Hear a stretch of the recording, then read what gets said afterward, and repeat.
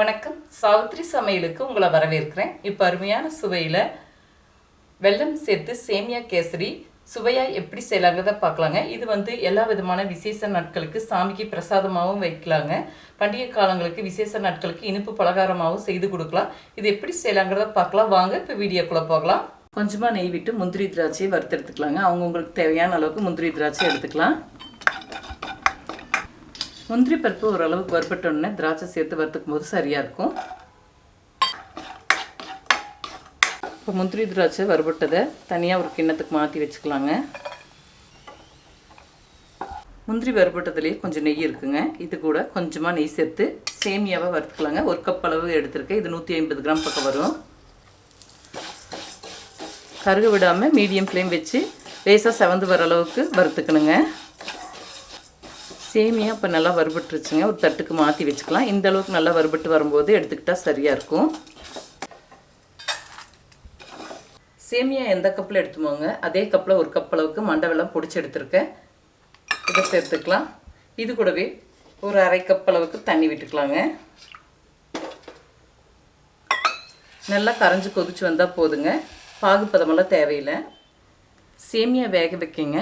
எந்த கப்பில் ஒரு கப் அளவுக்கு சேமியா எடுத்துமோ அதே கப்பில் 2.5 கப் அளவுக்கு தண்ணி சேர்த்துக்கலாம்.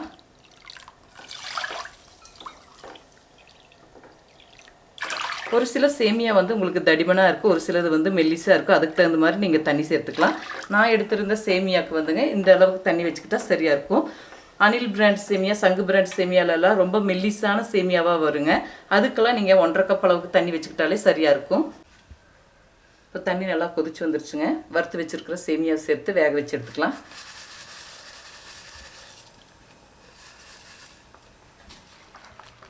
இப்போ சேமியா நல்லா வெந்துருச்சுங்க. தண்ணியெல்லாம் வற்றிருச்சு.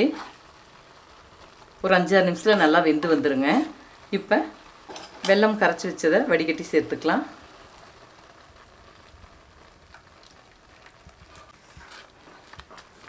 நல்லா சுண்டி வரட்டுங்க வெல்லம் ஊற்றின தண்ணியை. இப்போ ஒரு 2 டேபிள் ஸ்பூன் நெய் விட்டுக்கலாங்க. வெல்லம் ஊற்றின தண்ணி நல்லா சுண்டி வரட்டும். வாசனைக்கு 5-6 ஏலக்காய் இடித்து வச்சுருக்குங்க. இதை சேர்த்துக்கலாம். பாருங்கள், தண்ணி ஊற்றுனது நல்லா வெல்லம் தண்ணி சுண்டி வந்துருச்சு. இப்போ முந்திரி திராட்சையை சேர்த்துட்டு கொஞ்சம் நேரம் அப்படியே ரெஸ்ட்டில் இருக்கட்டுங்க. அதுக்கப்புறம் நம்ம பரிமாறிக்கும் போது நல்லா உதிரி உதிரியாக வரும். இப்போ வறுத்த முந்திரி திராட்சையை சேர்த்தாச்சு. ஸ்டவ் ஆஃப் செய்துக்கலாங்க. இப்போ அருமையான சுவையில் வெல்லம் சேர்த்த இனிப்பு சேமியா கேசரி செய்துட்டேங்க. இதே முறையில் செய்து பாருங்கள்.